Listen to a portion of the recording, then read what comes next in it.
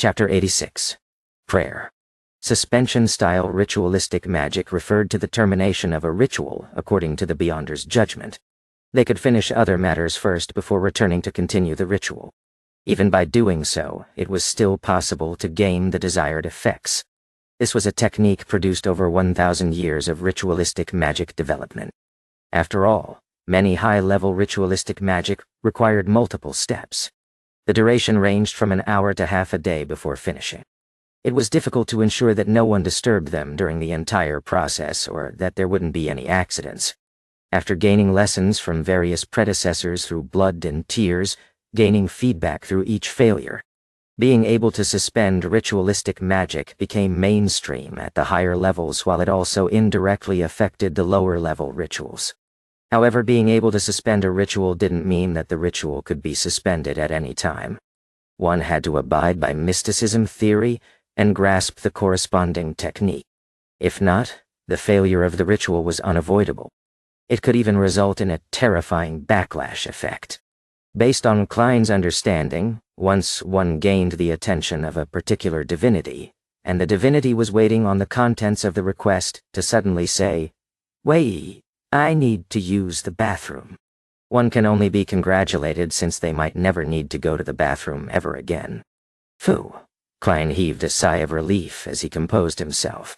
Even though he had held many luck enhancement rituals and had even designed a corresponding ritual that made an attempt at justice and a hanged man, this was his first actual ritualistic magic that abided by the rules. After looking at the silver-inlaid cane by the side of the bed, Klein picked up the third candle and placed it in the middle of the desk to represent himself. He placed the silver bowl that Selena used for rituals in front of the third candle and replaced the axe with a sacred emblem. On the left were extracts and essential oils of the moonflower, slumber flower, and other plants. While on the right, he placed a plate of salt, a small silver dagger, a piece of fake goatskin, and a quill that was dipped in ink. Luckily, Selena had a complete inventory. Otherwise, he wouldn't have had any way to complete the preparations. As for the moderately fast rituals that old Neil could perform, they were not something a seer could do. From the looks of it, Selena is quite an experienced mysticism enthusiast. Yes, if she wasn't experienced, then she wouldn't have gotten into such trouble. She was only 16 and had been exposed to all of this for at least a year. Who had guided her? Ideas flashed through his mind as he picked up Selena's cup from the bed. He poured plain water into it and placed it beside the coarse salt. He took out his pocket watch and popped it open. He didn't delay any further after taking a glance at it. He traced layers of the spherical light in his mind and quickly entered cogitation. The room that was filled with floral fragrance was suddenly subject to a formless whirlwind. Klein put away his pocket watch, and his eyes suddenly turned darker, from brown to black, as though he could see through one's soul. He extended his palm and laid it against the candle on the top right corner. He chanted inwardly, "Evernight Goddess, you are the Lady of Crimson." As Klein chanted, he extended his spirituality and rubbed the candle wick. After a couple of moments, the candle suddenly lit up and there was a tranquil blue inside the dim yellow light. "Evernight Goddess, you are the Empress of Misfortune and Horror." Just like he did before, Klein successfully lit up the second candle on the top left corner. "I am your loyal guard, the shield that fends against danger in the dark night, and the long spear that stabs at evil in the silence." Whoosh! The third candle that symbolized Klein began to burn. The flame was still. He picked up the small silver knife and mimicked old Neil's motions. He used incantations, coarse salt, and plain water to fulfill the purification. Then, he let his spirituality that he had gathered spewed out from the tip of the silver dagger, and naturally merged them as one. With the silver knife in hand, Klein walked around the bedroom, kneeling when he came to the bed, and sealed the area with a formless barrier. The light from the street lamp outside the window suddenly disappeared, but the red light was still shining through quietly. Klein returned to the study desk and picked up the quill. With spirituality and ink, he drew incantations and symbols to ward off misfortune. When all of that was finished, he put down the things he was holding. Then he trickled a drop of extract flower essence and essential oils on each of the 3 candles. Sizzle! A faint fog filled the room, which suddenly possessed an additional hint of mystery. Next, he burned a few types of herbs before taking a step back from the mixture of fragrances and began reciting the corresponding incantation in the suspension ritualistic magic. Standing higher than the cosmos and more eternal than eternity, the ever-night goddess. I pray for your loving grace. I pray for you to show your loving grace to a devout believer of yours. I pray for the power of the crimson. I pray for the powers of misfortune and horror. I pray that you will cleanse your devout believer, Selena Wood, from evil's corruption and be safe from danger. I pray that you would wait for a moment for that unfortunate girl. Oh. Moonflower, a herb that belongs to the red moon, please bestow your powers to my incantation. Slumberflower, a herb that belongs to the red moon, please bestow your powers to my incantation. Me.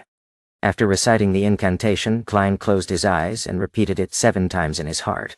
He saw that there was nothing out of the ordinary at the altar. He then lifted the silver dagger again and took a few steps back to the door of Selena's bedroom. He tapped his chest in 4 spots, forming the shape of the crimson moon. He then turned around and raised his silver dagger.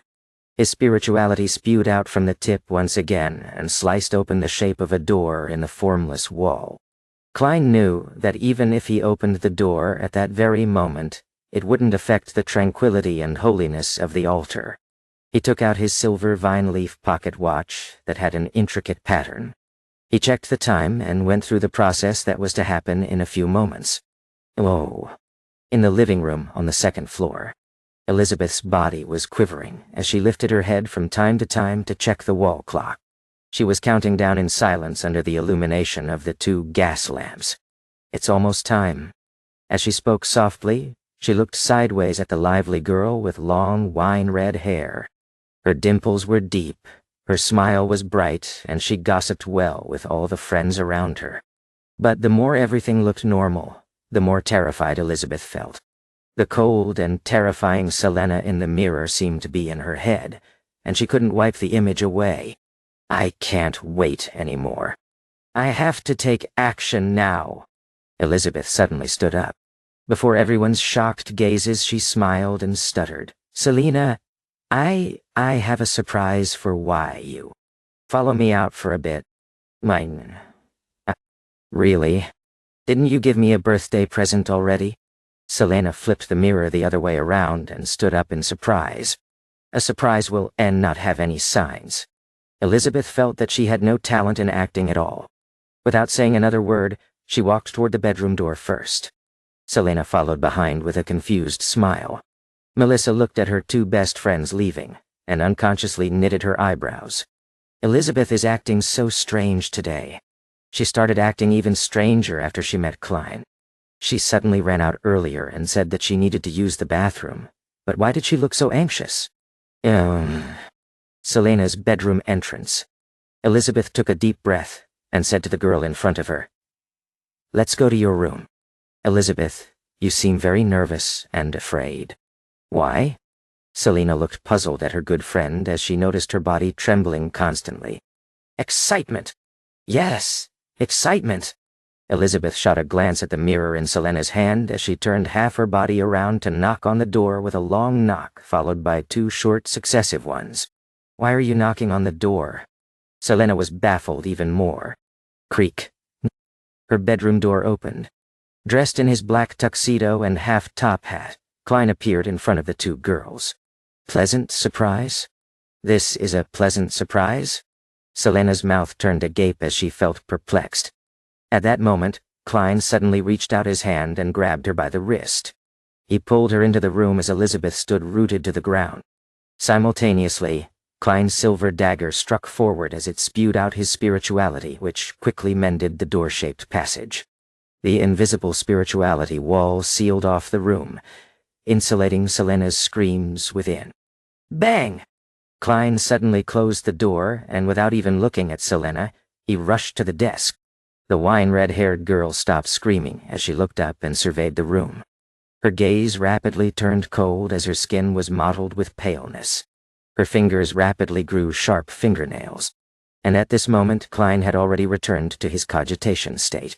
He trickled a drop of moonflower and essential oil onto each candle as he chanted loudly, "Supreme Lady of Crimson, Great Empress of Misfortune and Horror, I pray for you to bestow your loving grace.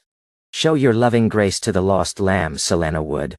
While chanting, he picked up the fake goatskin and pushed it onto the candle representing the requester.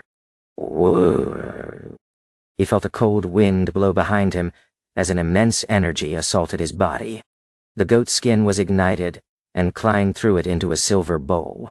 Then, he crouched downwards in accordance to his preparations to dodge the lethal strike. Whoosh! Whoosh! Whoa! Whoosh! The wind howled ferociously, and Klein felt the uncontrolled outpouring of his spirituality surging like the currents. He saw the goatskin burning in the tiny silver bowl, burning in silent darkness, and he heard heavy items landing on the ground behind him. Bam! Bang! The two sounds followed one after another with almost no breaks in between. Wisps of dark green gases plunged into the silver bowl and vanished into the illusory darkness. Klein rolled to the side and got up. He drew his revolver from his underarm holster.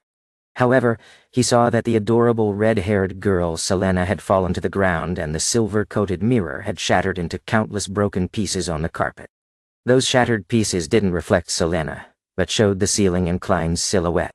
Then, through the spirit vision he had left active, Klein saw the wicked dark green in Selena's aura had vanished completely. Everything returned to normal, but she seemed more frail. Phew. He had just relaxed when he felt a sharp, throbbing pain in his glabella and head. The sharp pain spread all over his body and made him want to roll around on the floor. Klein held his fists tight, and the veins on the back of his hands popped and became black. They looked like moving worms. Simultaneously, he heard silent screams and the whispers that ripped at his mind. It took him nearly 20 seconds to survive the ordeal. His forehead and vest was soaked in cold sweat. The ritualistic magic I used sucked up all my spirituality and almost made my Beyonder powers lose control. Klein made a rough guess of the situation. That also made him notice that he had digested quite a bit of the remaining energy in the potion.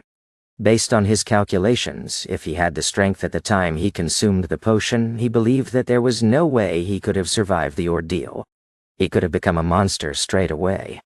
Acting is quite effective after all.